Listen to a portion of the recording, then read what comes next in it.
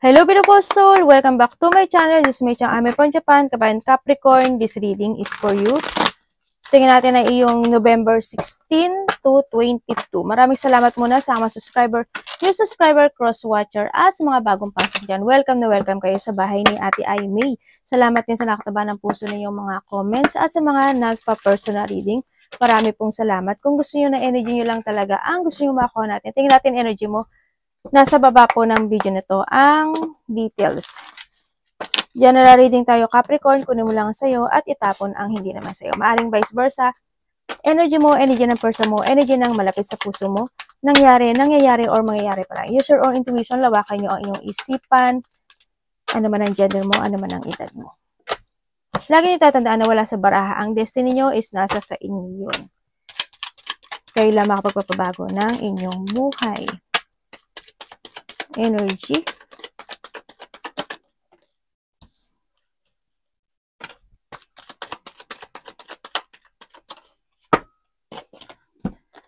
Okay, energy mo. Ang nakikita ko sa iba sa inyo, siguro makakaramdam ka ng pagod.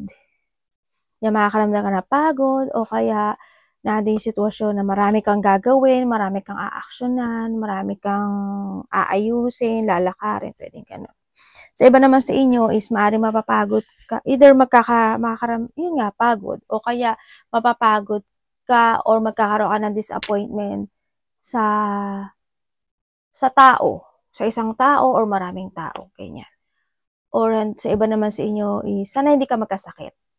Kung magkakasakit ka siguro ano lang, pagod, ganyan. Pero sana hindi ka magkasakit. And also, ang nakita ko energy mo, mag-isolate ka actually, magkakaroon ka ng pag-isolate sa sarili. Yan, siguruhan din yung bakit ganito, bakit ganyan, bakit ganun. Yan, baka ganun ang nakikita ko sa iba sa inyo ha. Yan, magkakaroon ka ng self-doubt din, yun ang nakita ko energy mo. Magkakaroon ka ng self-doubt, mapanghihinaan ka ng loob, or mafe-feel mo na parang, siguro, ba't ganun, parang ginagawa ka naman, sa iba ha, hindi lahat, parang ginagawa ko yung lahat, pero bakit parang hindi pa rin, parang ganun. Tingnan natin ang parating sa'yo. There's a weak energy. Anong parating sa kanya? Kala ko, nagulat ako, kala ko meron akong katabi. Para kasi minaaninag ako. Mamaya na kayo mag-istorbo. Okay, parating sa'yo, Capricorn.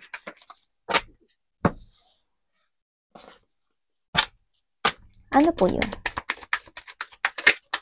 Parating sa kanya? Dalawa talaga agad, universe. Ay, ang pangit. Pangit. Sorry yan ang lumabas eh. Okay, parating sa'yo. Nag-connect dito we have the 5-5 oh. 5-5.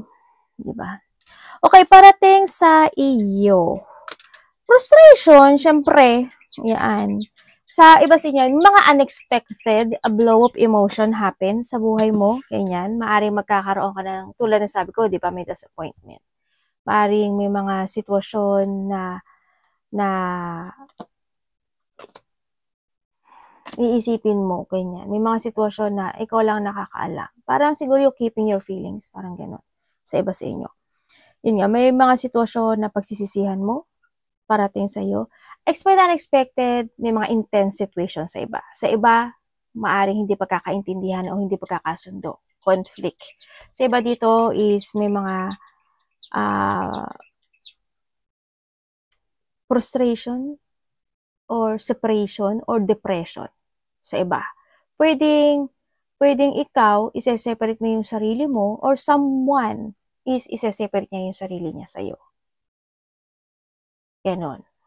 O kaya may mga ikaka-stress ka this week, no? Yun na nakikita ko. May makakaramdam ka ng sadness, loneliness. Also, sa nakikita ko dito, there's a loss situation. Maraming klase ang loss. Pwedeng loss of hope, loss of money, loss of something, loss of pera, loss of someone, loss of pet, loss of basta ko anumang loss yan. There's a loss. Yan. Isolation, meron. Mag-isolate ka raw. Parating sa'yo. Iba kasi sa inyo na dito kasi sitwasyon na pwedeng maipit ka sa pwedeng maipit ka sa gitna. Ganyan. May mga sitwasyon na you feeling trapped, may stuck ka, ganyan. Malilito ka. Magkakaroon ka ng negative thought sa iba. Yun ang parating sa iyo. Basta may mga unexpected blow mo. Ang jongit ha. Ang jongit talaga. Sabay ka rin no? Malalim din kayo. Tahimik lang kayo pero ang lalim na iniisip nyo. No? Tingnan natin. Pero kung titingnan ko dito, ay, devil! Hindi ako nagkakamali.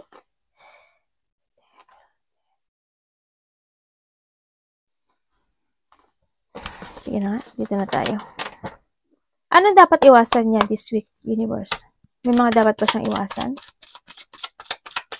May mga mag-fail sa'yo dito May mga failure or failed situation.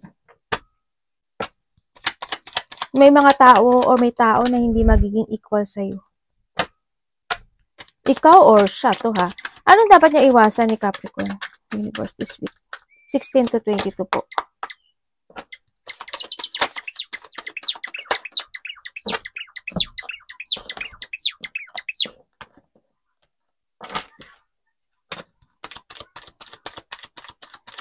Dapat iwasan. Hala.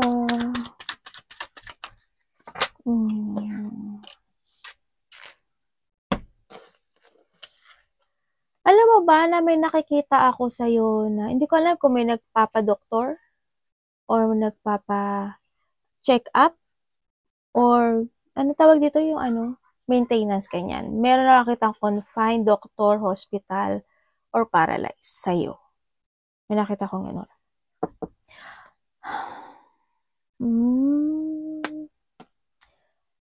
Sabihin ko muna ang sabi ni card, nasa sa'yo daw kasi yung pagbabago ng buhay mo. No? Nasa sa'yo yun. Tandaan mo palagi, the choices is always available sa'yo. If you want to trap, if you want to stuck in your situation, it's your choice. Pinili mo yun. Diba? Pero kung pipiliin mo at lalabas ka doon, better. Diba? Okay, iwasan mo.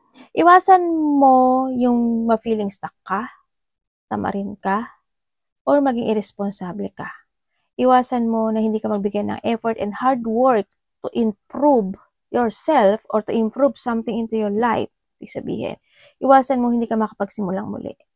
Sabi nga dito, you need to release yourself or you need to escape in a situation na you feel trapped or you feel stuck. Parang ganun. Don't wait, ang sinasabi nito. Huwag kang maghintay. No? May mga sitwasyon kasi na kailangan i-let go.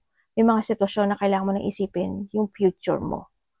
No? May mga sitwasyon na you need to change your version 1.0 to 2.0.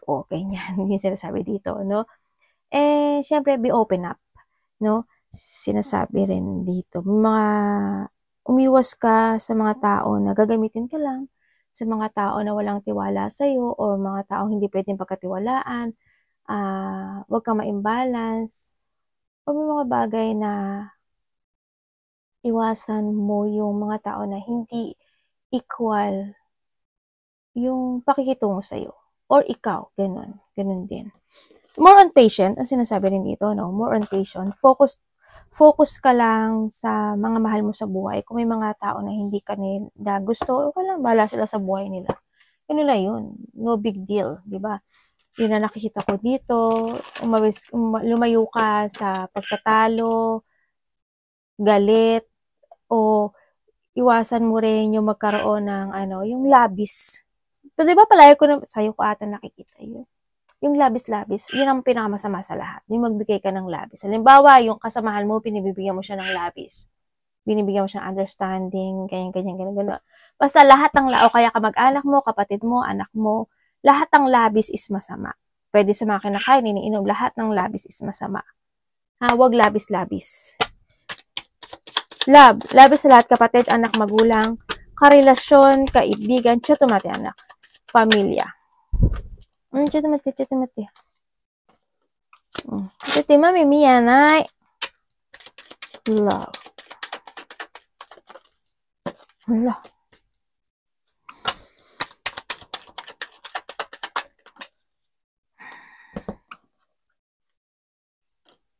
Okay. Magkakaroon ata kayo ng pag-aaway ngayon May makakaaway ka. Or may magkakaroon na hindi pagkakaintindihan. Okay, when it comes sa love, pagdating sa love, kung kayo is nagkahiwalay nitong tao na to, ay ano ba yun? Nilipad lahat Nilipad lahat, anak. Pati na sa gilid kong card, nagliparan. Okay. When it comes sa love, kung kayo nagkahiwalay, oo, nagkaroon ng na-pressure no? Na-pressure ka talaga or vice versa, no pointed name. Itong tao na nahandito, kung kayo nagkahiwalay, isa sa inyo na-pressure talaga. Sobra. Kasi, nagkaroon ng limitation no? Maaring hindi yung sa point na hindi ka naman talaga niya kayang pakasalan. Or maaring itong tao na to, meron kasi relasyon siya. Kung nagkaroon ng third party talaga, yun. Nagkaroon ng pag-aaway, hindi pagkakasunduan. Kung titingnan ko in this relationship, this is not stable. Kasi nagkaroon ng mga pagsisinungaling, pangliling lang o pandaraya no, sa relasyon na ito. Kahit alam mo naman na nagkaroon ka na ng pagdududa, paring hindi mo rin naman connect sa intuition mo, no? Pero nagkaroon ng pagliling lang o pagsisinungaling dito sa relasyon na ito. Hindi ko nakita kasi na pinahalagahan ng isa sa inyo yung relasyon, no? Hindi siya naging stable. Mataas din yung pride ng isa. Yun ang nakikita ko dito. Kukonek ba siya sa akin? Hala, patay tayo dyan. Magulo kasi isip no isa Tingin ko,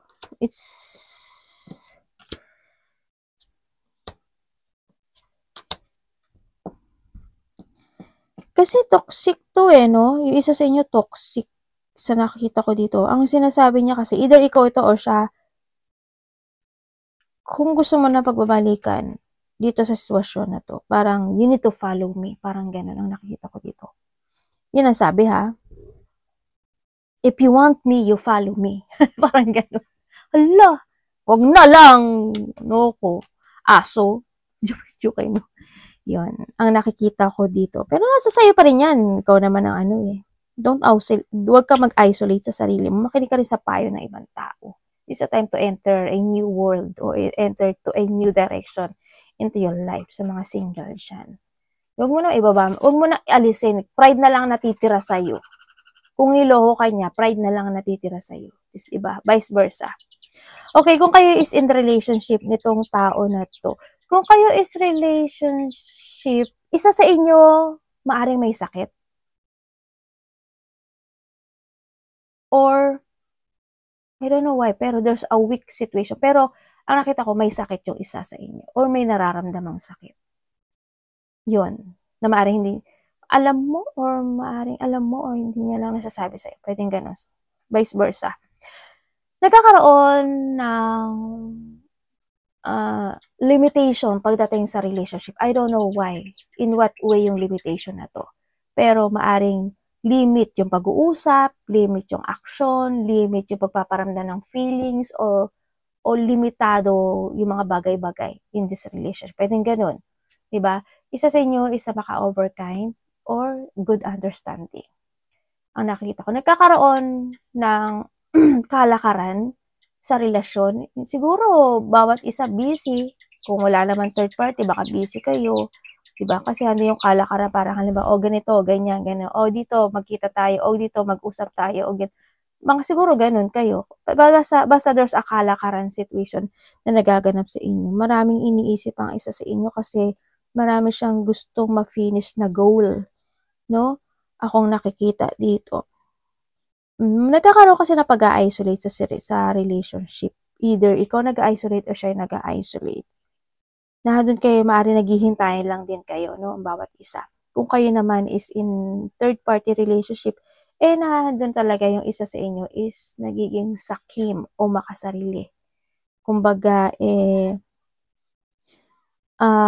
may pagsisinungaling ako na nakikita dito. Yun. Tingnan natin.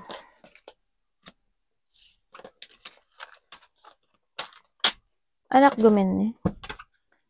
Capricorn.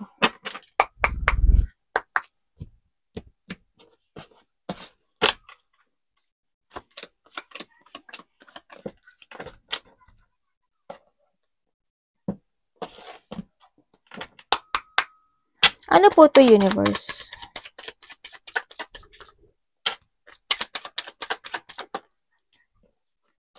Yung isa sa inyo dito, no, mataas yung pride. Parang siguro kapag nag-away kayo, parang hindi ka muna niya kikibuin, ganyan. Hindi mo parang pag nag-heal na ako, tsaka kita kikibuin. Parang nando sa point na yun. Medyo mataas yung pride.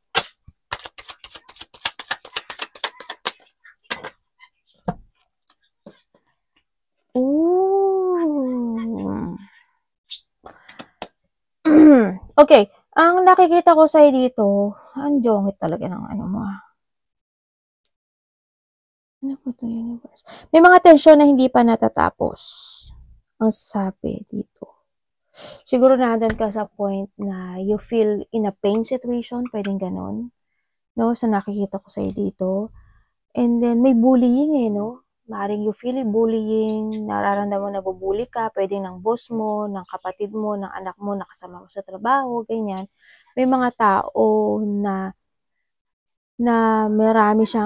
may sasabihin siya sa'yo na ikakasakit mo. Mga tao or may tao. May sasabihin siya na o may malalaman ka. Either news, message, communication, or sasabihin. Ikaw ito or siya ito sa'yo ha, na ikakasakit mo. Or there's a painful situation. Ako na nakikita sa'yo. Kung ano mang painful situation na yan. Tingnan natin.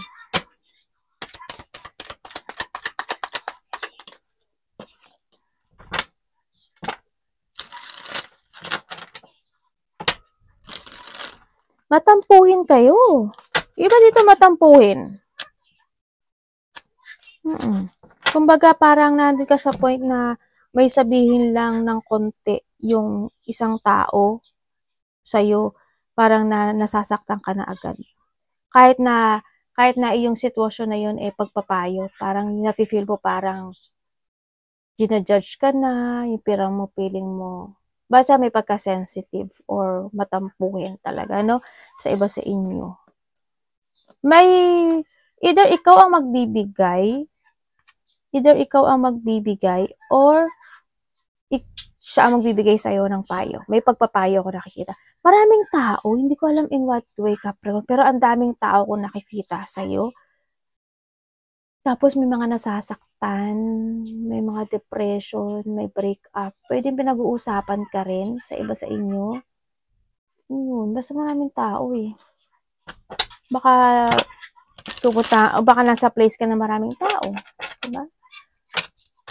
Tingnan natin.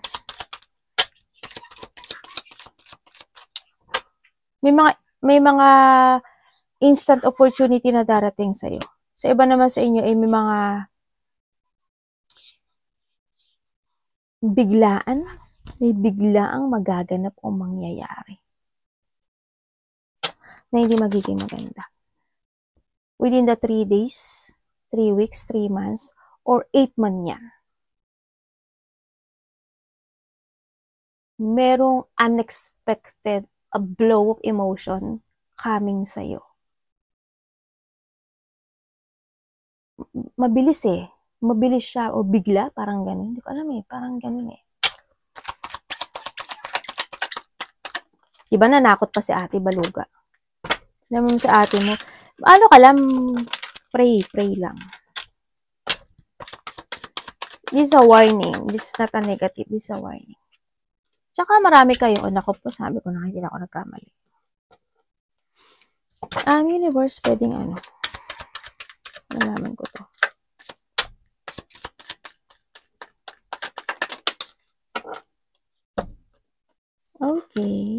Okay.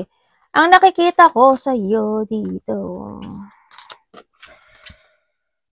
Hindi ko alam kung ikaw or someone or family, parang gano'n, o karelasyon, merong isang sitwasyon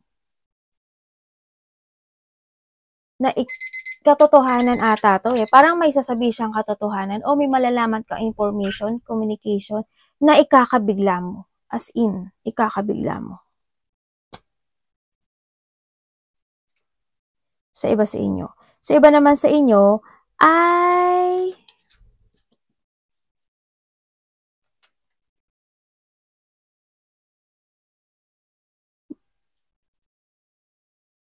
may bagong panimulang magaganap sa buhay mo. Siguro sa iba dito next year to. May bagong panimula. May paghihintay eh. Ako nakikita eh. May hinihintay ka ata. Or you're waiting for something. O may mga plan to pursue ka na nakikita ko dito, no? Sana magawa mo yung idea na want to pursue mo. Sana magawa mo yon. Kasi kung magagawa mo siya, victory and success to. Yun ang nakikita ko dito. Merong isang sitwasyon na ikakabigla mo na hindi mo aasahan, as in. Either by this is by bago matapos ang taon na to or next year. Ito. Or after a month. Ganyan. Week, month, pwedeng ganun. Or next year. Mabibigla. And may mga expected and unexpected or may mga revelation ako na nakikita dito ha. Pwede rin na sa iba eh ito yung hinihiling mo talaga noon pa. No, na matagal mo nang hinihintay. Yan, maaring ganoon. Maaring yun eh magaganap yun. Ay, ano po yung bata makulit? Pahalik nga anak. Ay, ang sarap naman ng chuchu ng anak ko. Ano yun ito?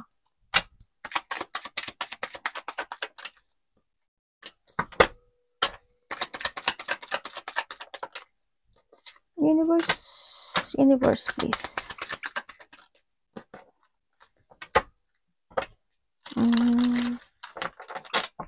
May tao pala nang gagamit sa'yo, no? Ginagamit ka nitong tao na to. Pwedeng kasamahan mo, pwedeng boss mo, ganyan. Pwedeng karelasyon. Or a person who's connected sa'yo. Sa iba naman sa inyo, this is a new. Kaya mag-ingat ka.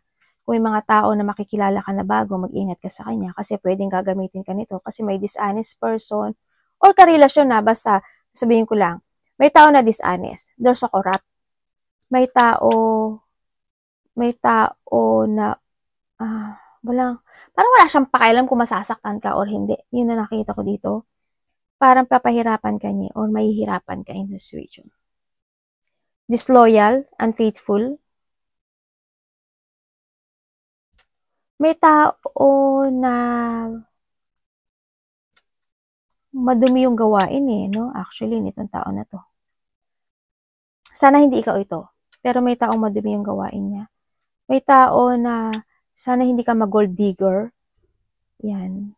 Unfair. Yun. Walang pakialam. May matigas ang ulo.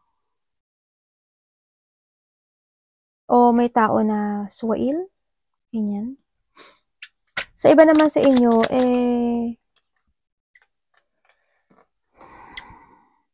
may tao dito na hihingi siya ng pagpapatawad sa'yo. Maybe ikaw ito o siya. May taong hihingi ng sorry sa'yo. Na maaari yun ang attitude niya. Tapos parang sabi niya, isa pang pagkakataon, gagawin niya, i-work it hard yung relationship na ito o yung connection na ito.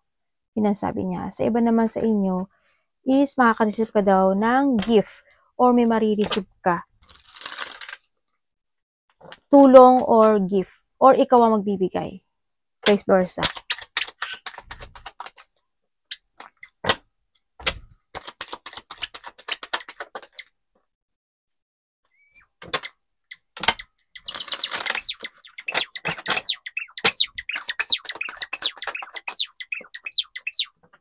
Sabi ko na eh. Hindi ako nagkamali ah. Kinonfirm ko lang yun ah. Pero tama nga. Okay, so nakikita ko sa'yo dito, may tao daw pakikipag-communicate sa'yo.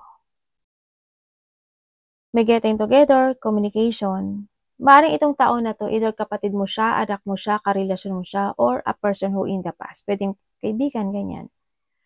Yun. Doon sa getting together, may celebration, getting together ng family unity reunion, or something, may mga having fun, happiness, enjoyment, situation, ako nakita dito, may coming home eh.